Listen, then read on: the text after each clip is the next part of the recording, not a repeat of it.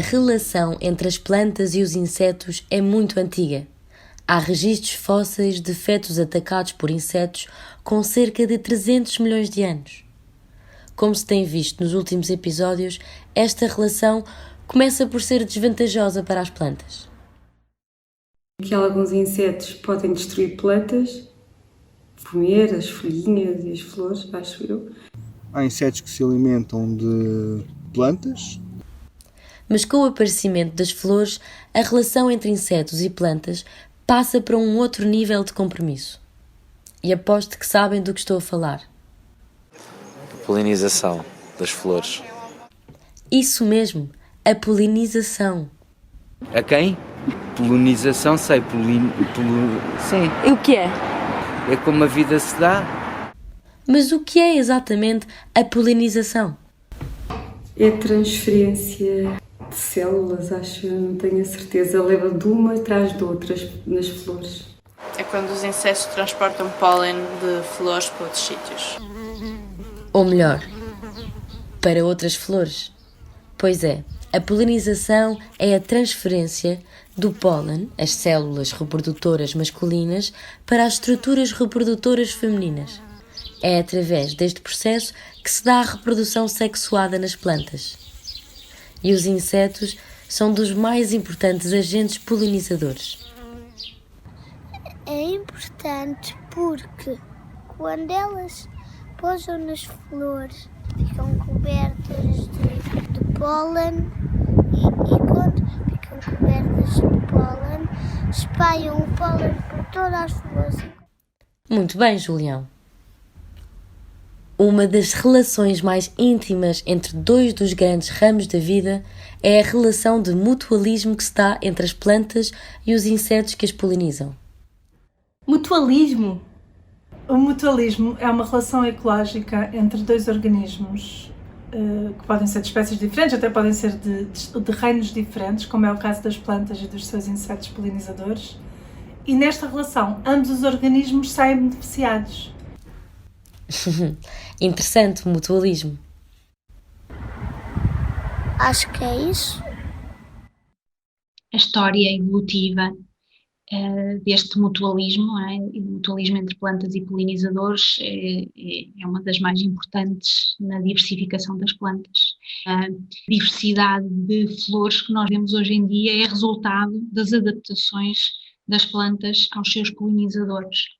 É óbvio que a relação entre a planta e o polinizador é uma relação mutualista, mas é uma relação mutualista com interesses egoístas, não é? Quer dizer, a planta quer que o inseto leve o pólen a outras flores, para conseguir a polinização e a fertilização de outras flores, mas o animal não o faz por livre, espontânea vontade. Não é por altruísmo. Não é por altruísmo. Procura algo, normalmente é um recurso alimentar, procura alimento, podem ser outro tipo de recursos, abrigo, calor, por exemplo, e a planta o que tem que conseguir é que garantir que o polinizador volta e por isso produz recompensas florais para que ele possa voltar a visitar flores daquela determinada morfologia. Então, esta visita repetida a determinados tipos de morfologia faz com que o polinizador selecione determinadas morfologias florais que ele prefere e que poliniza melhor, e faz com que determinadas morfologias tenham mais sucesso em detrimento de outras.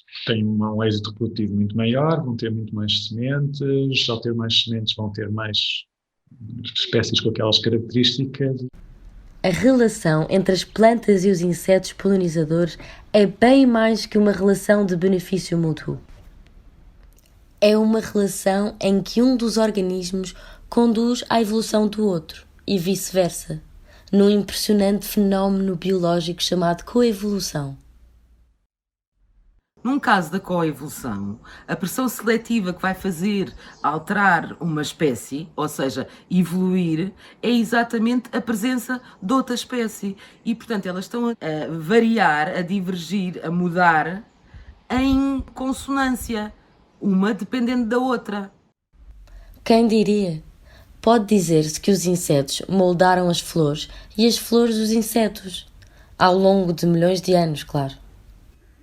as estratégias que as plantas desenvolveram para atrair os insetos, não só do ponto de vista morfológico do desenvolvimento da própria flor, que estão perfeitamente adaptadas para receber os insetos, ou mesmo a própria cor e o odor. E são inúmeros os insetos que visitam as flores e fazem a polinização. Eu sei que há muitos insetos, mais do que as abelhas do mel, que efetuam a polinização, não é? As borboletas. A mosca. Os coleópteros que se rebolam pelas flores, levando o pólen completamente coberto no seu dorso. As abelhas é que são os polinizadores profissionais, porque têm estruturas que desenvolveram nos últimos milhões de anos para recolherem pólen e néctar. Por isso é que elas são especiais. Olhando bem para a forma das flores, podemos até tentar adivinhar quais os insetos que as polinizam. A nossa flora é muito diversificada e, dependendo da morfologia floral, essa morfologia floral vai permitir a polinização por um determinado grupo de polinizadores. É óbvio que a maioria das nossas plantas são plantas o que nós chamamos generalistas, são plantas que tendem a ter mais do que um polinizador e polinizadores de diferentes grupos funcionais. Temos algumas que são um bocadinho mais especializadas, não é? Plantas com corolas, com tubos de corola estreitos e compridos, como é óbvio, serão polinizadas por insetos que tenham aparelhos bucais compridos, capazes de chegar ao néctar. E depois no outro extremo temos as compostas, não é? As margaridas, que são plataformas onde qualquer inseto pode aterrar, alimentar-se e partir, deixando a polinização feita. O néctar e o pólen são as recompensas pelos serviços de polinização, mas algumas flores enganam descaradamente os seus visitantes. Uma das estratégias é a decepção, não é? Ou seja, é mimetizar a existência de uma determinada recompensa que depois na realidade não existe, ou seja, engana o polinizador que, pelas características visuais ou olfativas ou um conjunto de características, espera encontrar uma determinada recompensa e depois é enganado porque a planta não investe na produção dessa recompensa. Existem muitas orquídeas, é um dos grupos onde isso acontece com maior frequência, que têm este mecanismo. Muitas têm um esporão, aparentemente um esporão onde podem acumular, por exemplo, a produção de néctar, ou assemelham-se a outras plantas que essas sim produzem néctar, inclusive, e por engano, que não pertencem às orquídeas. E que podem não pertencer às orquídeas, e que por engano levam o polinizador, por achar que vai encontrar, a visitá-la. Existe também o exemplo da decepção sexual, ou seja, algumas das nossas orquídeas mimetizam fêmeas de abelhas e produzem ferormonas extremamente parecidas para atrair os machos a copular, mas ao mesmo tempo, nessa tentativa de cópula, eles tocam naquilo que são as estruturas reprodutoras e transportam as polinhas, neste caso, que são agregados de grãos de pólen, para outras flores noutra tentativa de cópula, ou seja, enganam-nos.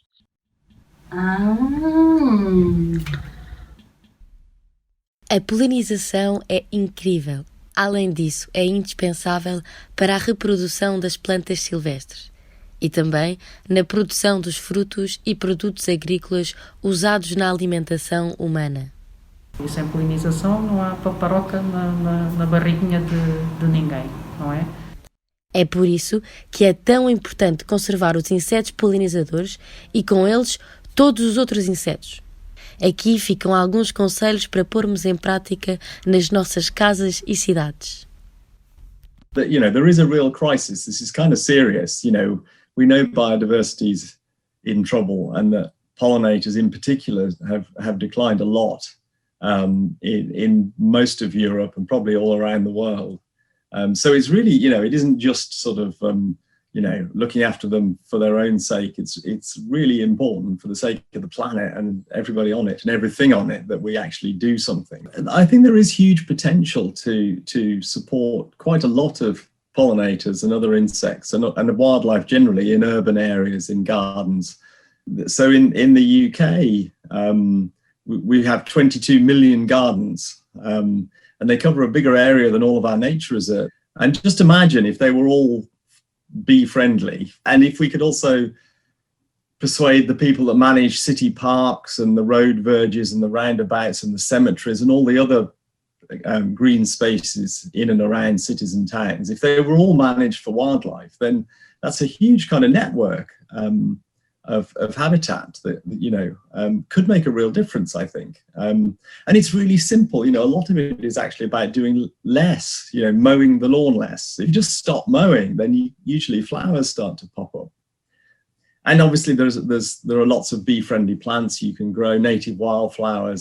Obviously, would love it if people stopped using pesticides in their gardens. So lots of flowers, don't mow the lawn so often, put up a bee hotel, don't spray any pesticides. If you want to encourage other insects, maybe a pond is great for if you've got space. There are lots of really simple things people can do. And if we all did them, then it really would make a huge difference.